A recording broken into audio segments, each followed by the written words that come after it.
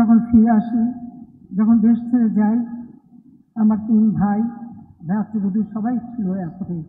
যখন ফিরে আসি কেউ নেই।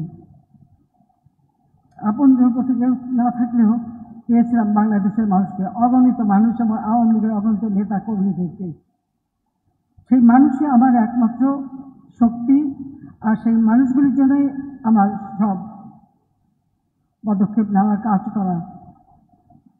আজকে অন্তত আমি বলতে পারি, আমি অর্থনীতি সমিতিতে এসেছি। আমার মনে হয় আমার থেকে এখান থেকে এই জায়গায় যারা আছেন, আমার থেকে বোধহয় অশিক্ষিত আর কেউ নাই। কারণ আমি তো অর্থনীতিবিদও না, এত বড় বড় ডিগ্রিও নাই, আমার এত পড়াশোনাও নাই। হ্যাঁ, আমি ঢাকা ইউনিভার্সিটির ছাত্রী, ঢাকা ইউনিভার্সিটি থেকে বিএ পাস করছি, মাস্টার্সের ছাত্রী ছিলাম, পরীক্ষা দিতে পারিনি। 75 যেহেতু আসতে পারিনি দেশে, তখন আর পরীক্ষা দেওয়া আমার হয়নি।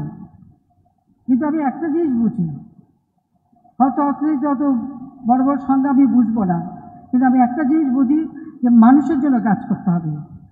মানুষ কি পেল সেটা দেখতে হবে, মানুষের কল্যাণে কি করণীয় সেটা করতে হবে, যা আমি শিখেছিলাম আমার বাবার কাছ থেকে। তিনি তো জেলেই থাকতেন, কিন্তু যখনই বাইরে থাকতেন আমাদেরকে গল্প করতেন যে প্রত্যেকটা গ্রাম তিনি কীভাবে সাজাবেন, প্রতিটি মানুষের ভাগ্য কীভাবে পরিবর্তন করবেন, কী করলে মানুষের কল্যাণ হবে।